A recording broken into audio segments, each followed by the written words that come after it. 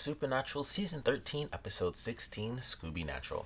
So, this episode was definitely hilarious. I really enjoyed just the way it kicked off. Like, it just starts in the middle of them fighting somebody in like a bright green dinosaur suit. So, that was definitely funny.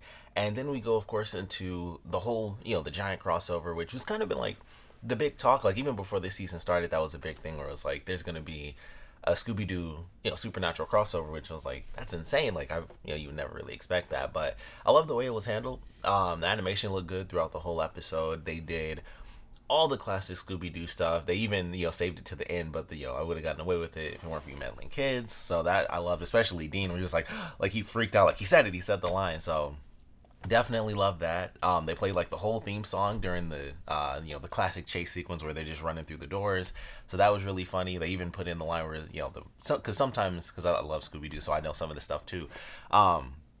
In the opening, sometimes the line where it's like where it's like, that's a fact. Sometimes they cut that out of the opening, and I always, for some reason, I always loved that specific line. It just sounded cool to me. So I was like, oh, they played like the whole thing. So I love that. During that chase sequence, Scrappy Doo was in there, so I was like, well, that's a nice little shout out there. They had at the very end when they were leaving off, when the Scooby Gang was like walking away, it was the animation that they used, because they all have, it's old cartoons, they always have the same walking animation, so they actually used that old walking animation as they were like walking away, and I was like, oh, that's cool. And it was like Shaggy, like when he's like moving his arms, which is super, it doesn't make any sense, but his arms are like super wavy, and I was like, oh, that's their standard group walking animation. So they used it at the very end. I was like, that's cool. The episode that they were in is probably within like, I want to say that's like one of the first 5 episodes of Scooby-Doo, when they're at the mansion and everything, and it's the person giving Scooby the money and all that stuff that is legitimately the episode. And I was like, oh, well, that's cool. They use like the classic episode. It's the mansion that's in the opening of Scooby-Doo. It looks a little different in this because they kind of updated it, but like that is the mansion from the opening of the original Scooby-Doo cartoon. So it's like they use like the classic, staple episode. So I was like, well, that's definitely awesome. So loved it the whole way through. Dean, of course, trying to hit on Daphne was hilarious. Her like putting the nails in the door, and he's just like, and he's just looking at her butt. I thought that was the funniest thing, but I love that.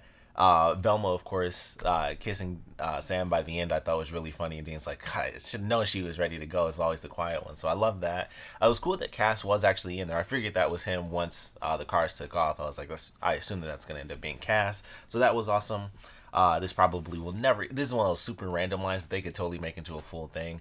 But Cass may or may not be married to like a Jin queen, which I thought was very interesting. I was like, that's kind of a throwaway line, but they could totally bring that back, and it could mean a lot later. So I don't know. They kind of just threw that in. That could mean nothing. It was definitely a funny line, but that could totally mean something if they wanted to. It's like, oh, why don't we just pull that, from the tree of life and everything, and Cass is married to like a Jin queen, and it's like, let's see how that plays out. So that could actually come back into play if they choose to mess around with that. But love the episode. Of course, there's not too much to talk about. It was them with Scooby-Doo.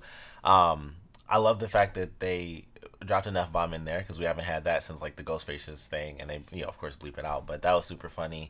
Them freaking out the Scooby Gang, I thought was hilarious, where, Shaggy's like, I dropped out of like a biplane into a museum or something, and I was fine, and he broke his arm, and then it's like, ghosts are actually real and all this stuff. So everybody's just like flipping out.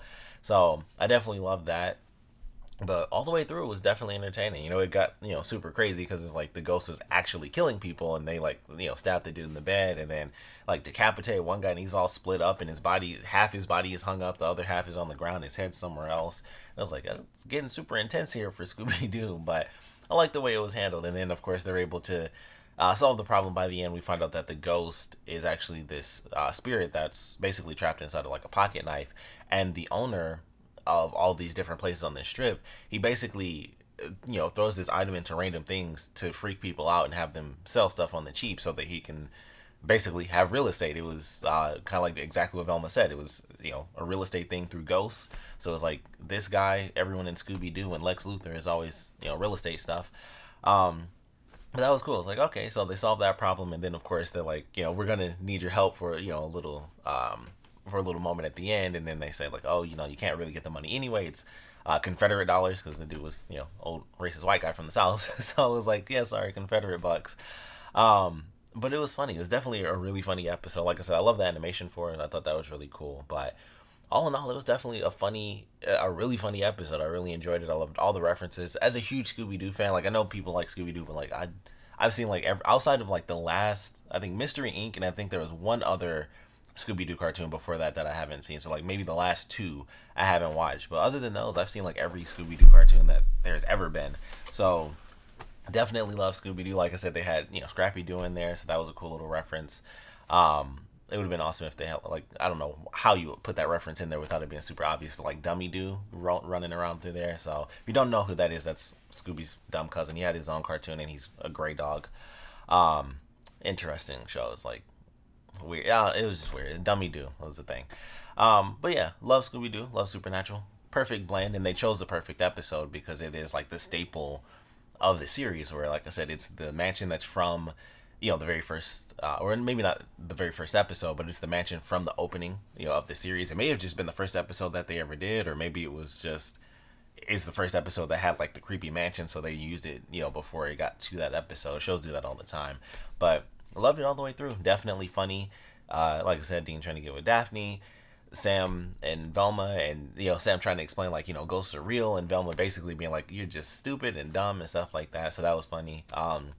Voices I thought were good. The only one that was different was Velma, and that was the only one that I noticed. Like I think everyone else is actually the same voice actors that they have for the actual cartoon. I don't know who does the voice for Shaggy, but it was I don't think that was Matthew Lillard because he's the guy who did Shaggy in the live action stuff, and he took over once again super nerdy. He took over for Casey Kasem, and Casey Kasem unfortunately has passed away recently, or like last year, maybe even 2 years ago. But he was the voice of Shaggy for years and years and years, and then Matthew Lillard took over and became the voice of Shaggy in the cartoon. So I don't think that was still him. I think that was someone else. But I think all the other voices are still the same voice actors that have been doing it forever. That may have been Frank Welker doing Freddy. It sounded exactly like him. So I think that was still Frank Welker, who, once again, super nerdy. Frank Welker is Freddy, but he's also a Megatron from the original Transformers show. So as a random little voice actor fact for you, like Megatron is Freddy.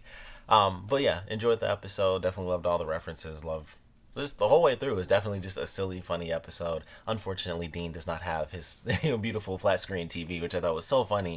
It was like, yeah, we never do see them. Like we rarely see it, but every time they're watching something, it is always on a laptop. If they're not at a motel, it's like they don't really have they don't actually have a TV in there. So it was really funny just thinking about that. Like all the things that were probably in that story was like, let's just get this, this really cool flat screen TV, and it's like, yeah, I guess they don't really buy TVs. It's weird that they never bought one in general because they have basically an unlimited amount of money that they can steal from anybody if they wanted to. But it was funny. It was just like, yeah, let's just get this flat screen TV. So sadly, it did not end up working out for them. But definitely love this episode. Of course, we'd love to know what you guys thought about it. So please comment below. Let me know your favorite parts about it, your least favorite parts about it. And with this being an insane crossover episode, I would love to know what other things you guys would like to see them do crossovers for. It would be kind of hard to do pretty much any other cartoon unless it was, mystery based, unless they did like I'm sure Sherlock Holmes has had a million animated cartoons, so they could do that. The only one I can think of is a really dumb show is Sherlock Holmes of the 22nd century. That was like the last cartoon where you're just like, I hate this, but it's a cartoon, so you watch it.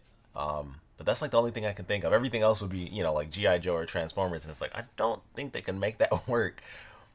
With Supernatural, it would just be, it would be too far off. Like with Scooby-Doo, it's perfect because that's all they did was go after seemingly supernatural things and they just make it actually supernatural.